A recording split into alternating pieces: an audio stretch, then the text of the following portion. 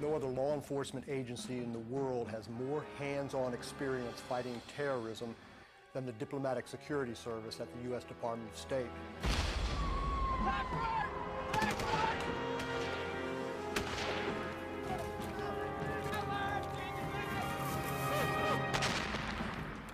Diplomatic security agents are trained to be part diplomat, part street cop, part security officer, and part counterterrorism specialist.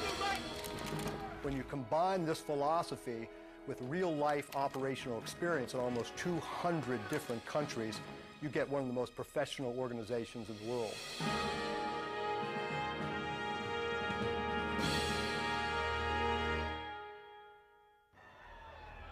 Transnational terrorism is a global threat. The United States, its citizens and facilities are often caught in the crosshairs of the world's most violent and fanatical terrorist groups. It's clear that America has, since the fall of the Soviet Union, become the only superpower. There is clearly a larger presence of Americans overseas, thus subjecting more Americans than at any previous era to attacks by those who would be so inclined to do so. 1/3 of all the terrorist incidents that have occurred, around the world have been directed against American citizens or American diplomatic facilities and personnel. There are many people out there who hate us with a passion, and they will do about anything in their power to disrupt, hurt, take advantage of the United States.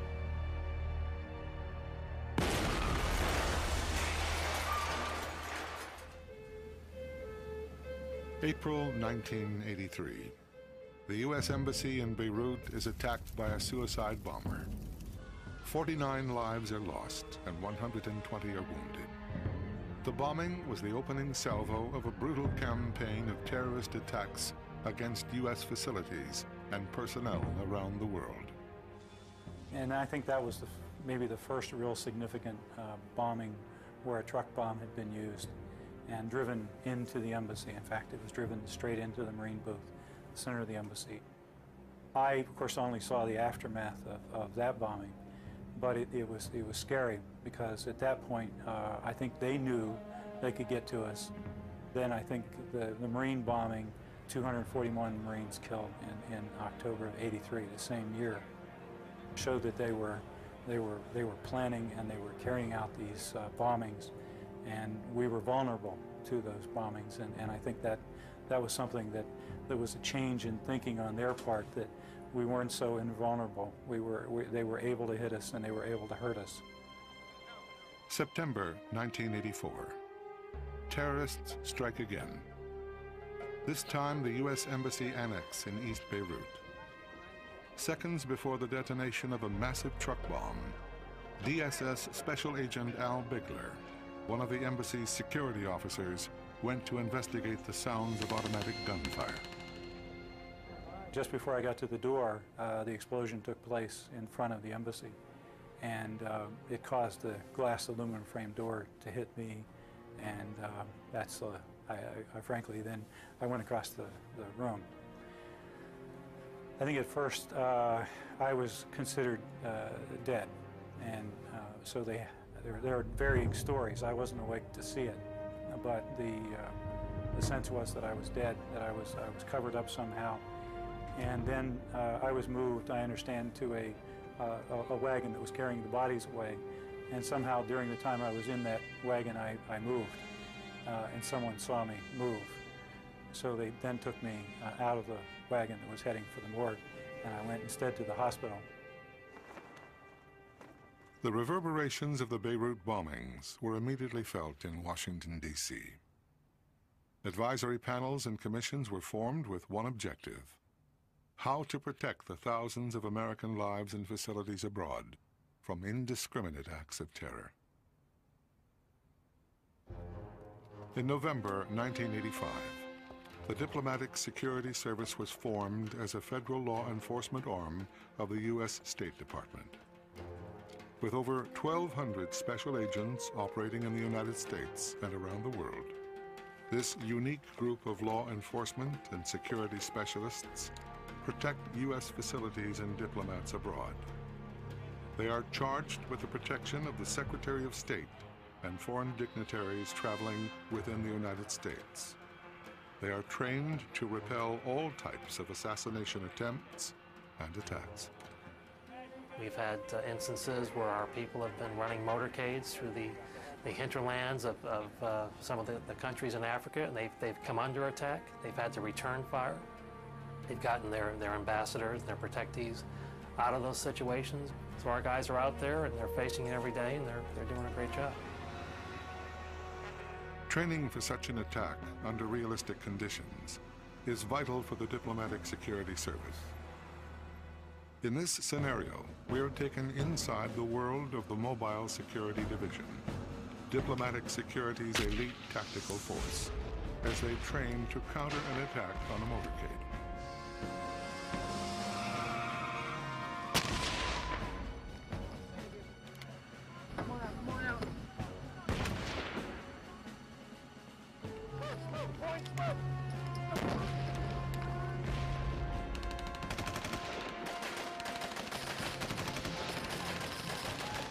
Although the terrorists have secured the high ground and have assumed a series of advantageous firing positions, MSD operators are able to hold the attackers at bay and safely evacuate the targeted diplomat.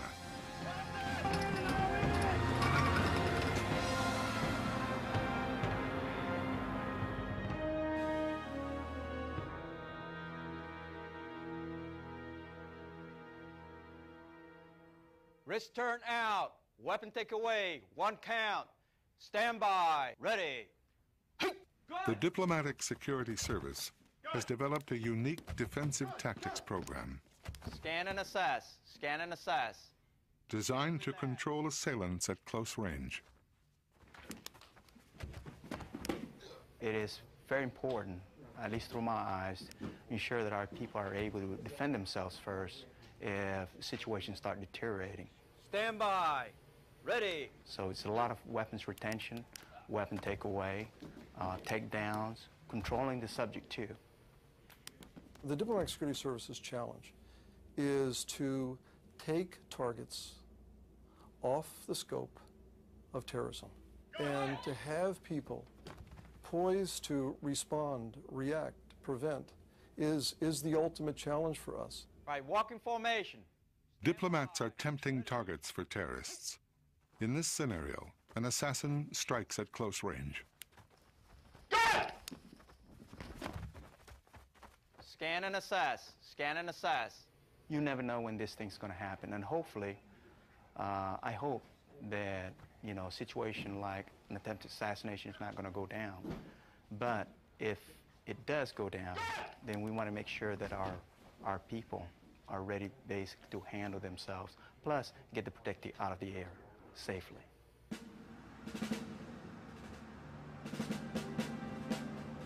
The Diplomatic Security Service's Special Tactical Force, MSD, is the elite of the service.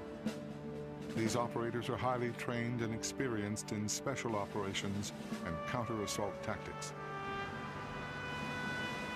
The Mobile Security Division in the Diplomatic Security Service is our elite corps.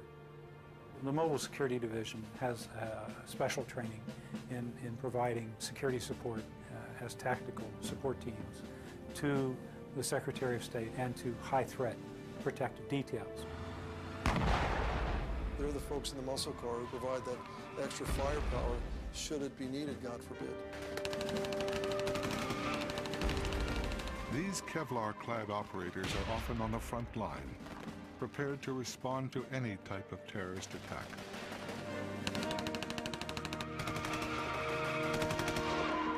Everybody up.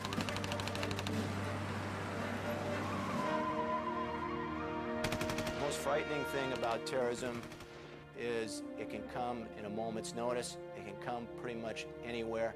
And so we must be prepared to meet that threat head-on in whatever direction it takes. In this training scenario, a protective detail of DS agents must respond to a sniper attack upon their protectee. the motorcade's exit will be blocked by the arrival of additional terrorists. To evacuate the dignitary, a DSS backup vehicle has been positioned nearby.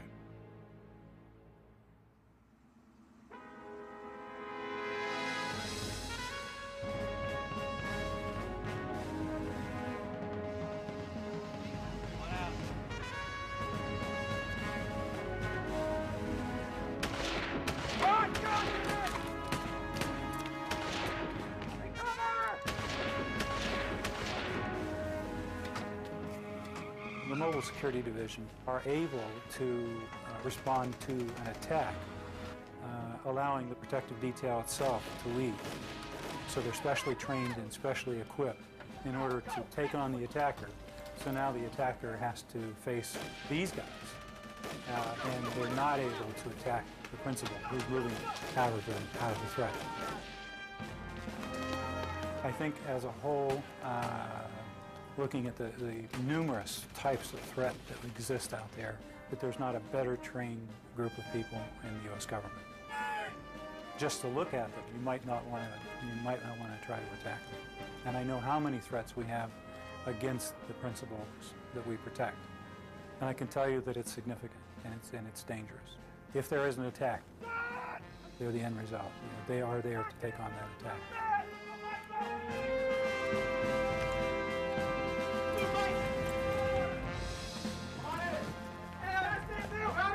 Coming in. Clear.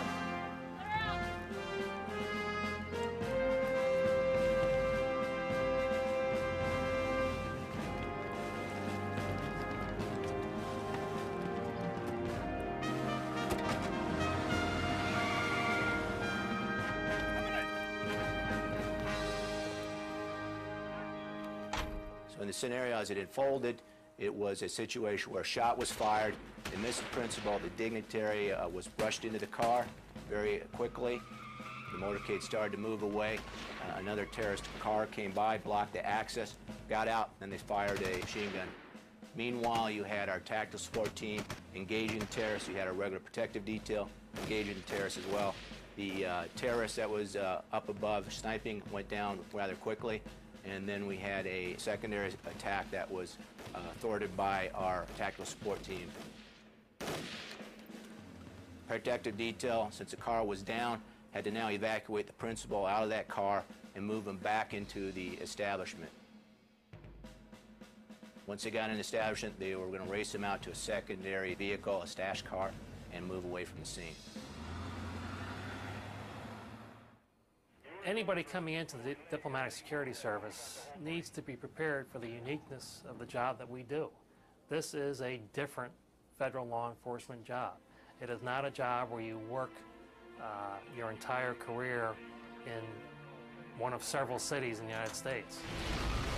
We have about half of our people posted around the world, and they are out there every single day of the week and have been for years, facing constant danger.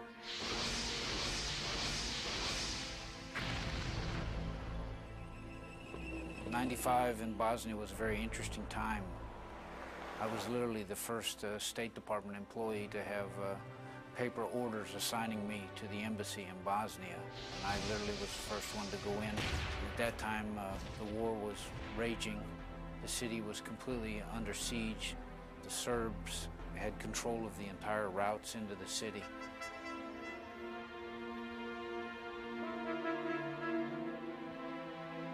On August 19, 1995, Special Agent Hargraves was escorting a peacekeeping delegation to Sarajevo when tragedy struck their convoy of armored personnel carriers. We were coming back in an armored personnel carrier driven by UN French soldiers. The road gave way from underneath us, and the personnel carrier rolled down the hill 800 to 1,000 yards and came to a rest. All of us were injured. Several of us were injured severely enough that they couldn't move or get assistance.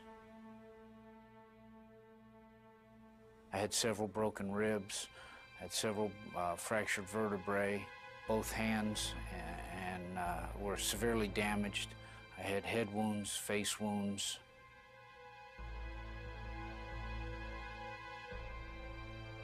I knew I was hurt when I crawled out of the APC.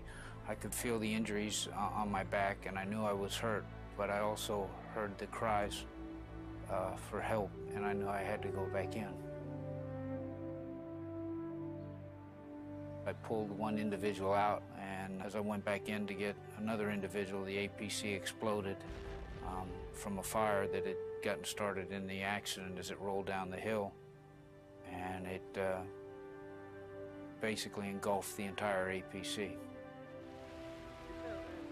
Badly burned and seriously injured, Hargraves survived along with 3 others.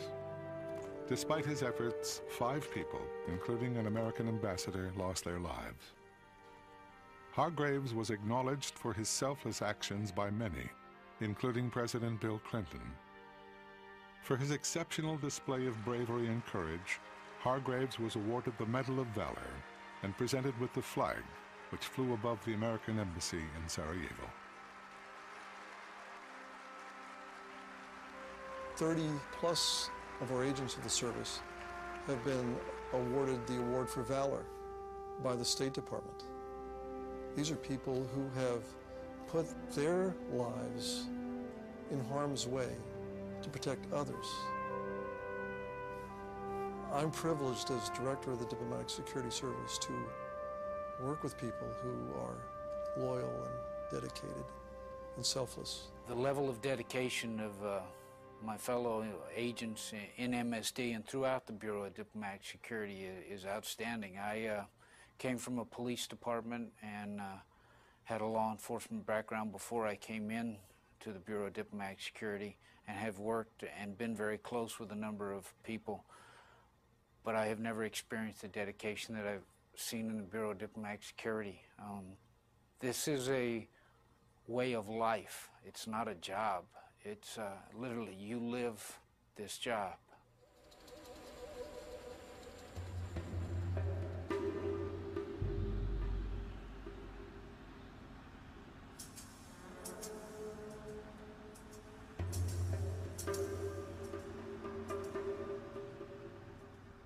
Just before 4 a.m. on February 26, 1993, a yellow Econoline Ryder rental van carrying a 1,200-pound bomb began its journey from New Jersey en route to the World Trade Center.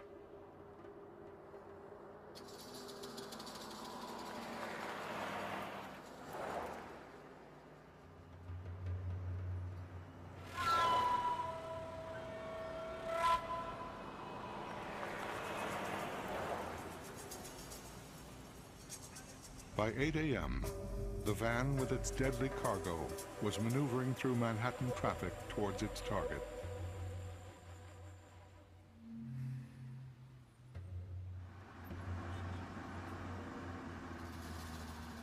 The van pulled into the underground parking complex, where 4 20-foot fuses were lit. 12 minutes later, there was a massive explosion. February 26, 1993, it was about midday. I was doing criminal history checks on the Treasury Enforcement Communications System when the line went dead. When the bomb first went off in New York, I was posted to the American Embassy in Lisbon. And when I first saw it on TV, I recall it vividly. I saw this and initially did not know what to think of it. I mean, it looked, with all the people coming out of that building, to be some sort of major fire. When you realized there were lots of rescue units going past the building towards the Trade Center, we made some phone calls over to the Joint Terrorism Task Force. They told us that what initially was reported as a boiler blast could in fact have been a bomb. As you continued to watch and follow the reports, I mean, it was very evident that we had undergone a major terrorist attack. 6 people died in the explosion, and over 1,000 were injured. If the attack had gone as planned, one tower would have toppled into the other, causing upwards of 250,000 casualties. This bomb went off in a sub-basement, and it blew out several floors above and below and made basically a big hole, to imagine 250 feet wide by 70, 100 feet tall hole in this building that used to be 8 or 9 floors of parking, cars, garages, air conditioning rooms, blown into parts, and people that were missing for months before they finally identified people that they knew were in that area and found them. The World Trade Center bombing did more than destroy concrete and metal. It tore a hole in the fabric of the American psyche. And it was sobering, to say the least, to have an attack such as this committed on U.S. soil at such a target. Fanatics had targeted Americans before, but always on foreign soil. Between 1979 and 1984, there were nearly 100 terrorist attacks against Americans, as embassies were torched, blown up, and seized, and some 300 Americans were killed. If you look back to the 70s and 80s, we were looking at kidnappings against our personnel, you're looking at assassination attempts against our personnel. This was the primary threat that we were facing. I think that changed in the early 80s, where we start to see threats against our facilities, the threat of car attacks. Certainly I'm concerned that the threat we now see perhaps is coming domestically and is targeting perhaps our people and personnel here, and that is a big concern. Starting with the sparsest of leads, investigators from various government agencies and law enforcement, including the DSS, began piecing together the facts of the attack. The minute that bomb went off, we had people from our New York field office working in concert with the FBI to track down those responsible for the bombing. DSS investigations into visa and passport fraud led to the incarceration of several suspects. The alleged mastermind behind the bombing, Ramzi Youssef, had escaped to Pakistan and then to the Philippines.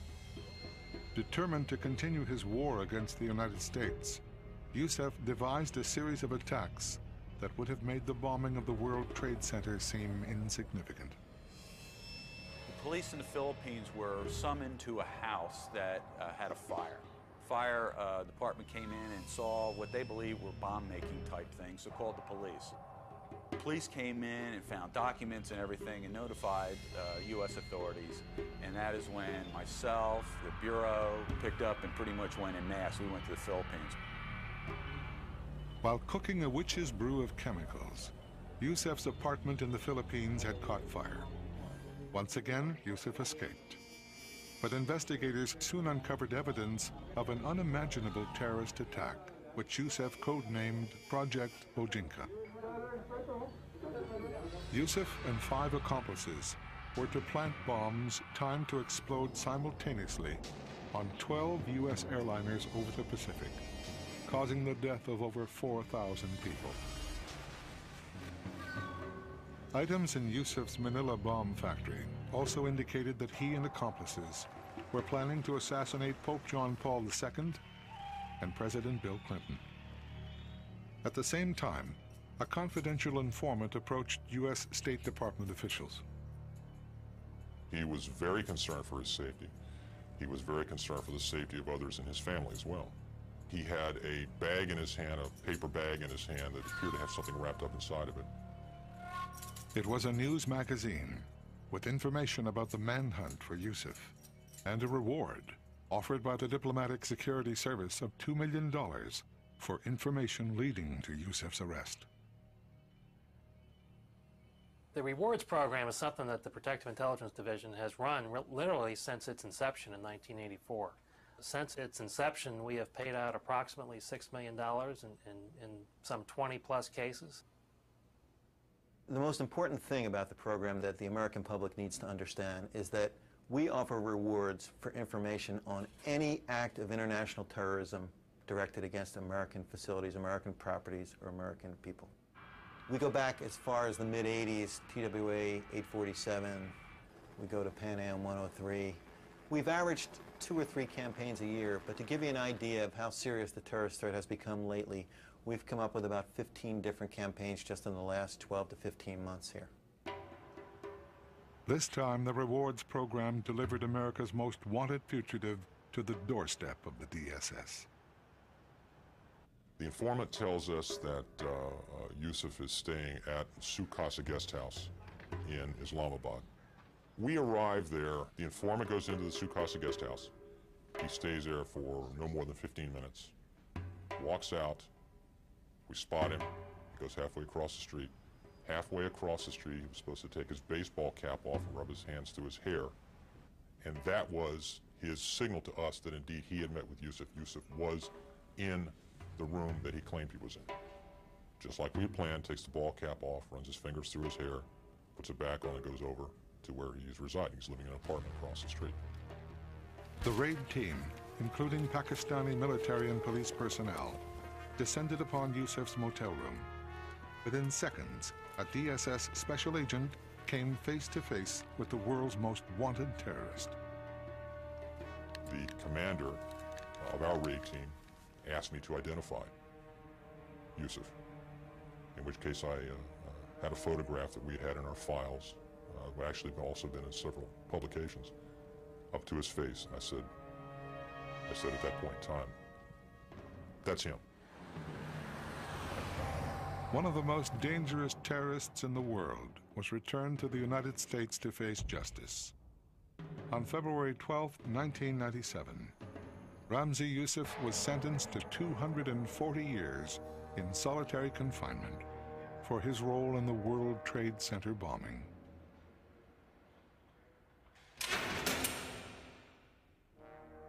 In capturing Yusuf, DSS had scored a significant victory in the campaign against terrorism. The war, however, was far from over. Thousands of Americans represent the United States government in over 260 diplomatic missions around the world. Hundreds of DSS agents shield these diplomatic outposts from terrorist attacks.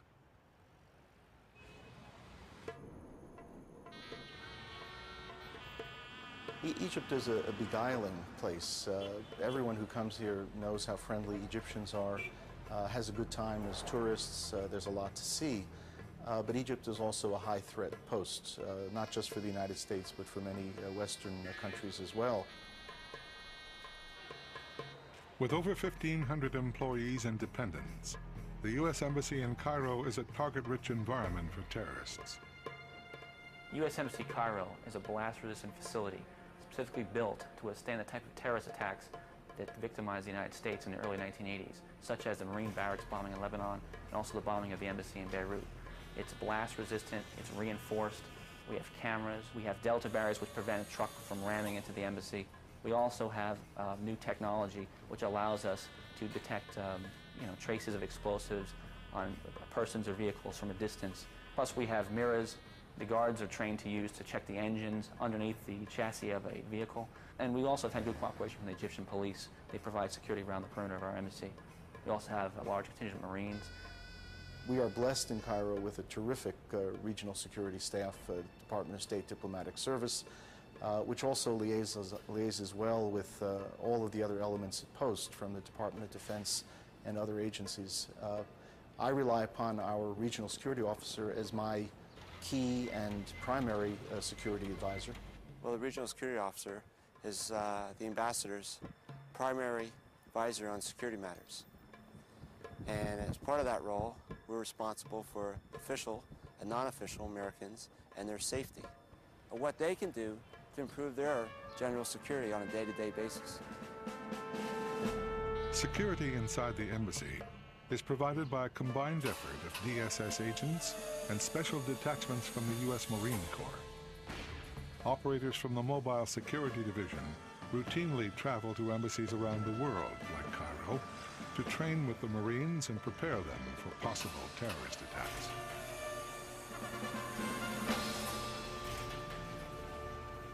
We run scenarios, we run react drills, and they will respond accordingly. We set up an environment where we will stage types of attacks. It may be a bomb attack, it may be a chem bio incident, it may be a mob, it may be an intruder. It allows them to develop responses that are clear and crisp. In this scenario, a Marine is dispatched to investigate a disturbance. The Marine is attacked and repeatedly stabbed by two intruders who take the Marines' sidearm and escape into the heart of the facility.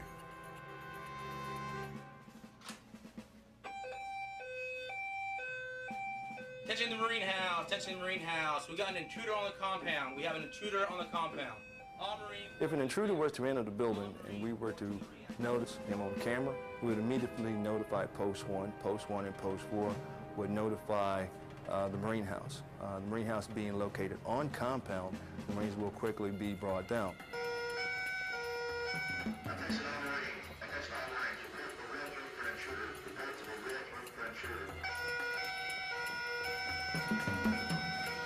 They go down to the REACT room, they man their gear, and the individual that will command the REACT, the sergeant of the guard, or whoever's on post as a sergeant of the guard, commands the REACT force, and he runs the entire drill.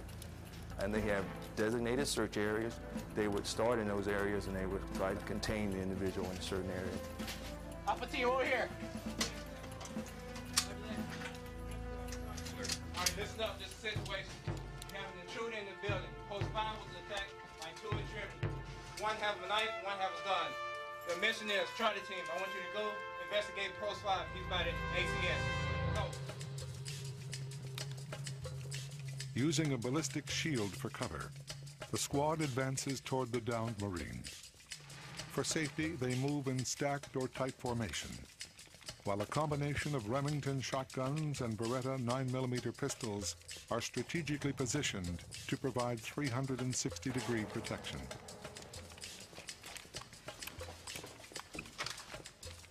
Bravo team, not consented.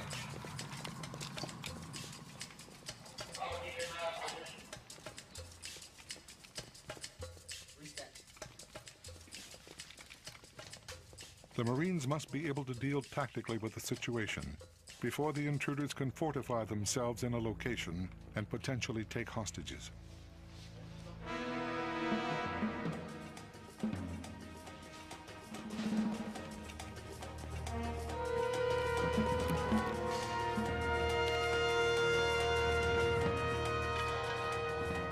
Charlie Squad quickly but cautiously drags the injured Marine to a secure location where first aid can be administered.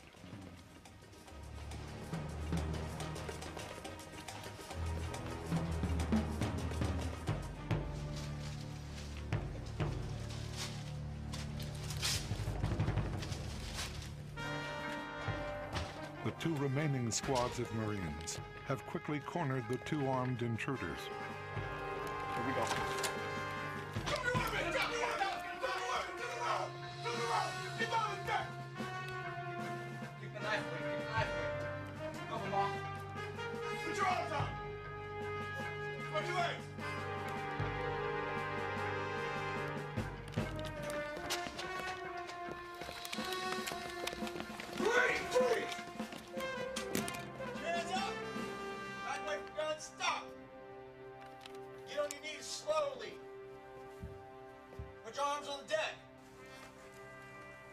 Split. Keep them down. I'm gonna call it in.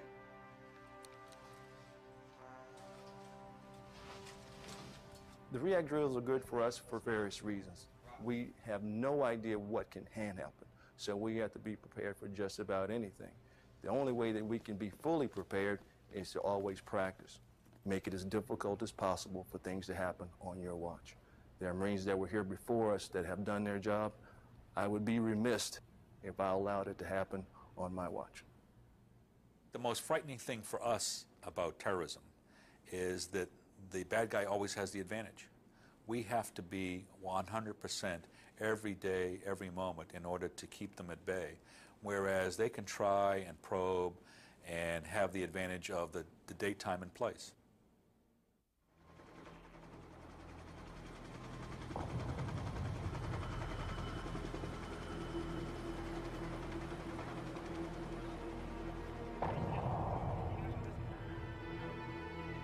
At 10:25 a.m.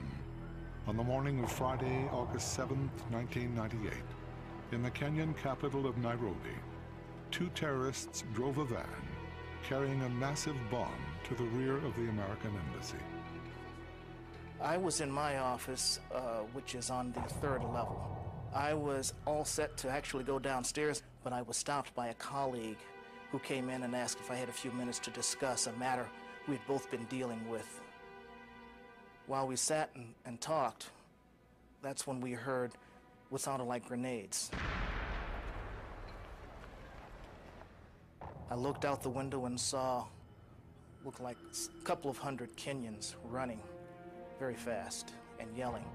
That's when I knew there was a problem. I said, I'll be back, I've got to see what this problem is. And that's when the blast occurred.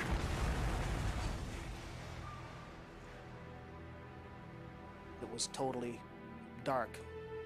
There was no lights, there was dust, and there was smoke. We took the nearest stairwell, heading down. There was a hole in the wall and a large fire going. A couple of people thought the stairwell was gone, but I could pretty much see that it was still intact. Getting these people out was kind of difficult because some were blast damaged. But with the help of those that could walk and carry people, we got them out. The force of the explosion was enormous. Damage to the embassy was massive. Flying glass from the surrounding office buildings decapitated dozens on the streets, and flames from the blast shot through passing crosstown buses, incinerating all on board.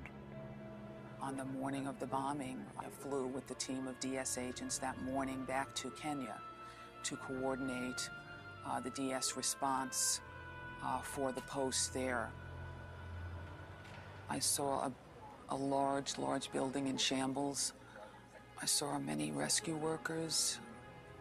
I saw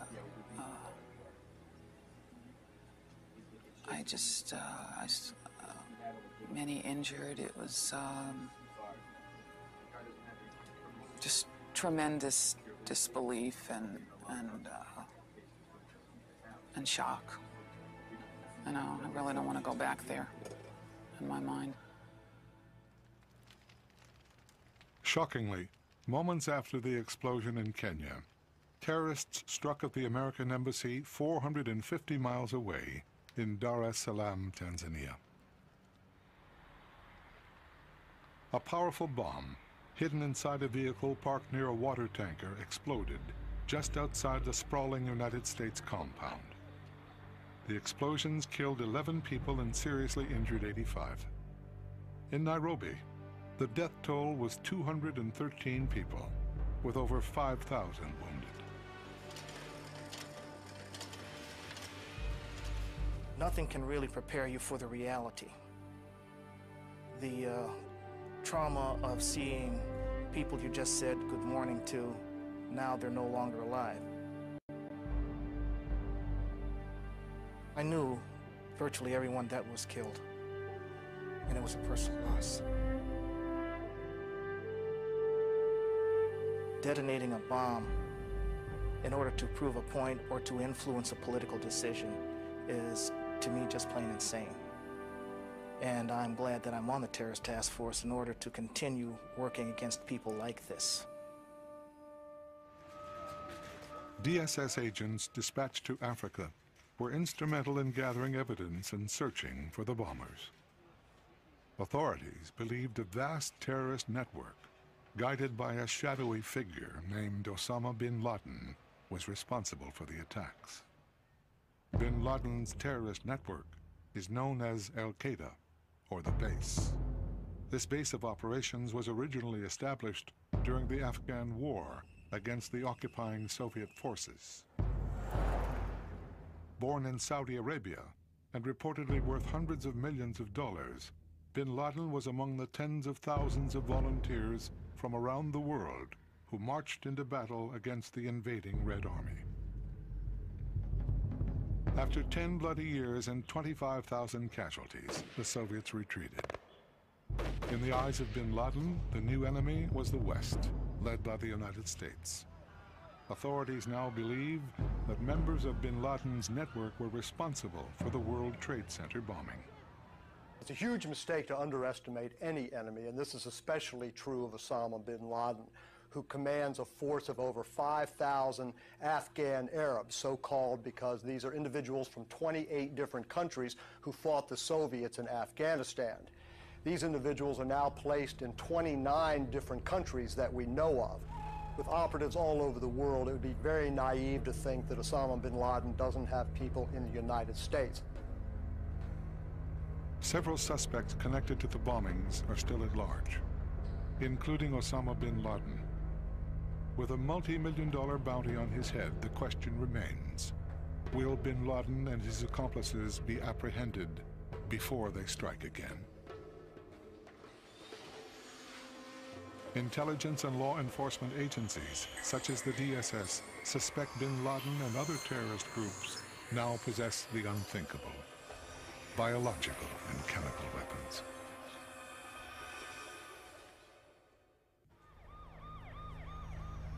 March 20th, 1995. 5 terrorists released sarin gas, one of the most lethal chemical weapons known to man, on Tokyo's subway system. 11 people died. 5,000 were injured. Tokyo attack was the first really serious attack by a terrorist group using chemical weapons. Even now, there's some debate in the intelligence community and among subject matter experts as to just how likely it is, how easy it is, for instance, to procure chemical or biological weapons or to make them. But what nobody debates, I don't think, is at this stage is that there are groups out there that are willing to use these weapons. The hedge against your worst nightmare is to have a plan. That plan includes your responses to chemical biological weapons should they be deployed. In this training scenario, the Mobile Security Division responds to a chemical attack against the residence of a high-ranking diplomat protected by the DSS. We're ready to go. In an instant, a quiet residential area can be transformed into a scene of death and horror. The agent posted outside the residence is immediately overcome by the effects of the nerve agent. The toxins quickly make their way into the building's intake systems, sealing the fate of those inside. For the members of the Mobile Security Division, executing a rescue operation in such a deadly environment can be life-threatening. We've developed a process which we feel will help safeguard our individuals while they're out on emergency missions or working protective operations. This involves chemical protection equipment, decontamination procedures, looking at detection systems, and containment system. The tactical team moves quickly to save their protectee. 2 agents have succumbed to the lethal effects of the nerve gas, leaving the ambassador still alive but clinging to life. The tactical team performs a quick medical assessment of the stricken diplomat while placing a gas mask on his head.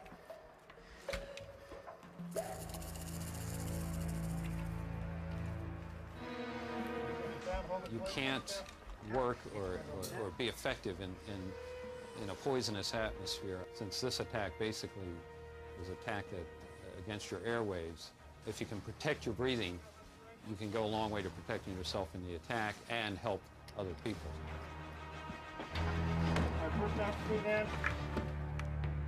Once the gas mask is securely in place, agents supply the protectee with a series of atropine injections in order to counter the effects of the chemical agent. The protectee is quickly moved to an outside location where an MSD medic attempts to stabilize the victim. We haven't seen the old things go away. Kidnapping still happen. Truck bombs are still our biggest worry. This is another one that we have to plan for. I clearly do not believe that the terrorist threat that we're currently under is going to decline in the next 10 years. I think that's the collective opinion of the intelligence community also. There's an extreme challenge out there for the next 25, 30 years, and there's no end in sight. We don't even see a light at the end of the tunnel. Our opponents are tough, they're smart, they're unrelenting, And we have to be the same. We have to be better than them.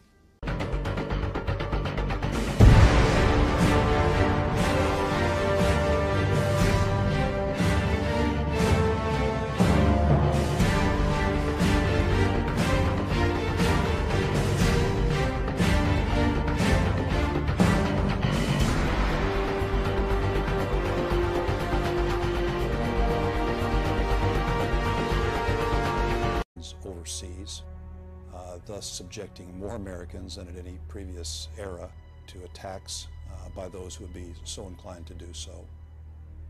1/3 of all the terrorist instances that have occurred, around the world have been directed against American citizens or American diplomatic facilities and personnel. There are many people out there who hate us with a passion, and they will do about anything in their power to disrupt, hurt, take advantage of the United States.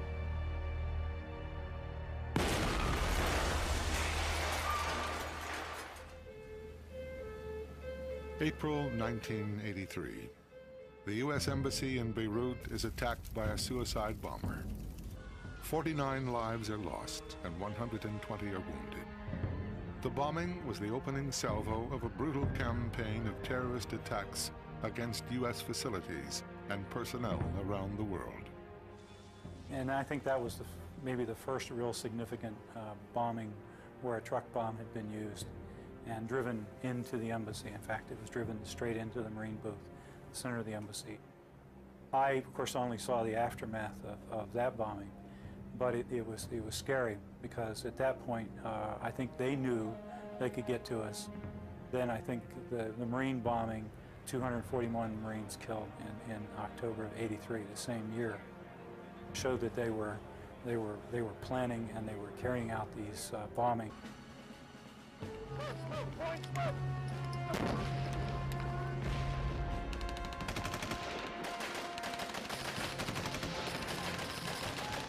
Although the terrorists have secured the high ground and have assumed a series of advantageous firing positions, MSD operators are able to hold the attackers at bay and safely evacuate the targeted diplomat.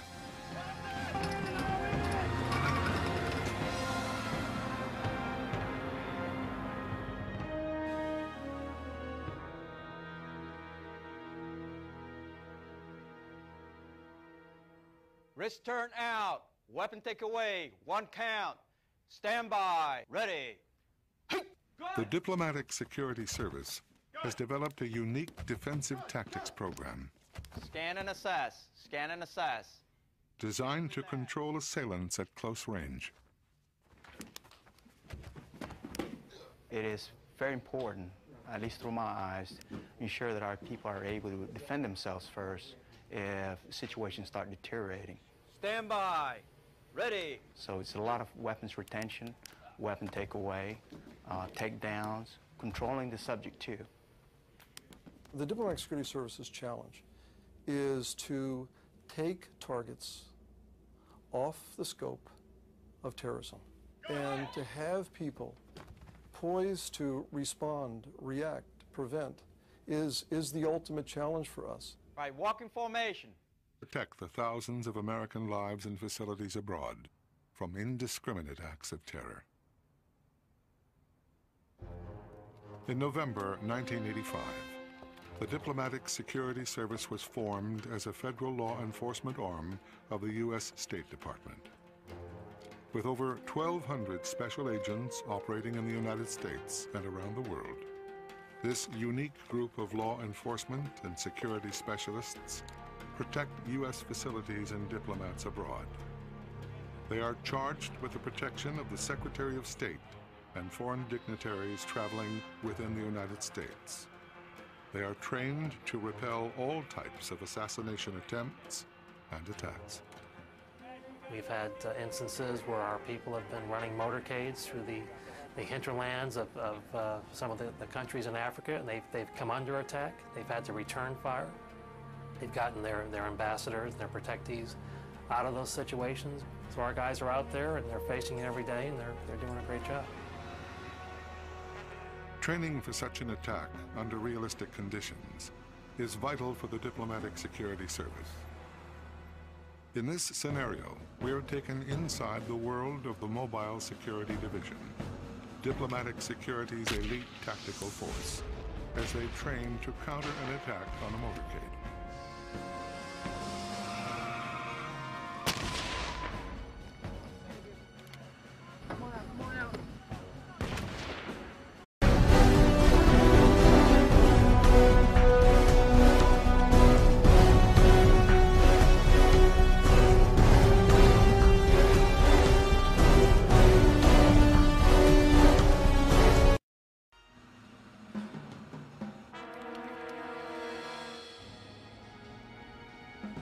No other law enforcement agency in the world has more hands-on experience fighting terrorism than the Diplomatic Security Service at the U.S. Department of State.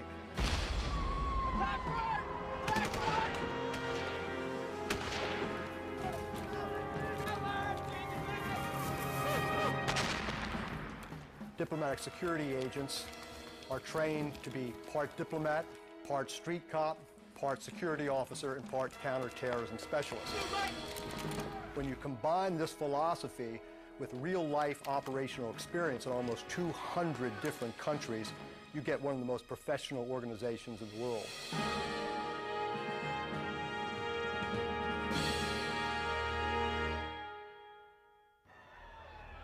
Transnational terrorism is a global threat.